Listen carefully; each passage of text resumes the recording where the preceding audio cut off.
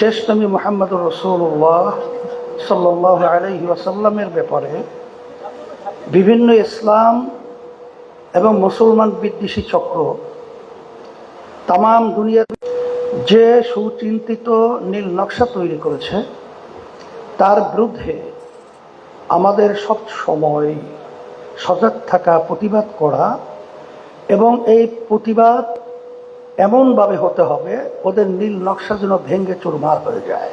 বাংলাদেশে বর্তমানে যে সরকার রয়েছে, বিগত দিনের সরকার ছিল, বারবার ওলামায়ে কেরাম সহ দিনদার মুসলমান যারা নাকি আমরা মুসলমান দাবি করি, আমরা বারবার বলেছিলাম, এখনো বলছি, তাম দুনিয়ার মধ্যে বহুত রাষ্ট্র রয়েছে যেখানে কাদিয়ানীদেরকে অমুসলিম হিসাবে তারা সরকারিভাবে ঘোষণা করেছে। তা আমাদের দেশের মধ্যে এত দিনদার মুসলমান থাকার পরেও বর্তমান সরকার বারবার কথা উল্লেখ করেছেন, শরিয়া বিরোধী তারা আইন পাশ করবেন না। তারা কথায় কথায় বিভিন্ন সময় আল্লাহর নাম তারা উচ্চারণ করে থাকেন, কিন্তু কাদিয়ানীদেরকে অমুসলিম ঘোষণা করতে আপনাদের বাধা কোথায়? আমরা পরিষ্কারভাবে বলবো, যদি আপনারা বাংলাদেশের সম্মানিত ওলামায়ে কেরাম মুসলমানদের পালস বসতে আপনারা ভুল করেন, তাহলে বারবার কিন্তু আপনারা বিভিন্ন জায়গায় সেখানে আপনারা ফল্ট করবেন, ধরা খাবেন, সেখানে কিন্তু বারবার আপনারা সমস্যায় পড়বেন।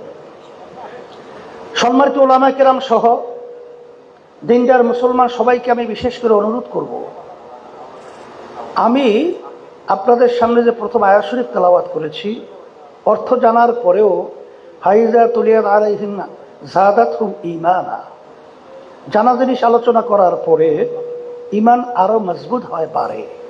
সেদিক থেকে যদি আমাদের কার্যক্রমগুলো সব একমাত্র আল্লাহ রাব্বুল আলামিনকে রাজি খুশির জন্যই আমরা করতে পারি, আমার মন বলছে অল্প সময়ের ব্যবধানে ওয়ালা তাহিনু ওয়ালা তাহজানু ওয়া আনতুমুল আ'লাউনা ইন কুনতুম মুমিনিন, বিজয় আমাদের আসবে, কোনো সন্দেহের অবকাশ নেই।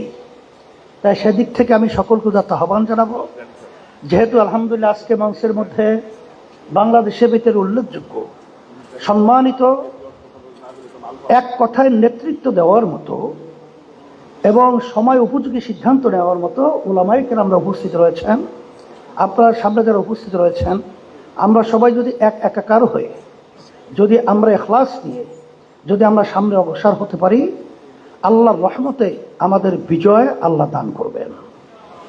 এই আশা রেখে সকলকে ধন্যবাদ জানিয়ে আমি আমার আলোচনা শেষ করছি। দোয়া চাই, দোয়া করি আল্লাহ আমাদেরকে খালেস দ্বীনের উপরে থেকে দুনিয়া এবং আখিরাতে আল্লাহ কল্যাণ দান করবে, এই আশা রেখে শেষ করছি। আলহামদুলিল্লাহ ওয়া আখিরু দাওয়ানা আলহামদুলিল্লাহি রাব্বিল আলামিন।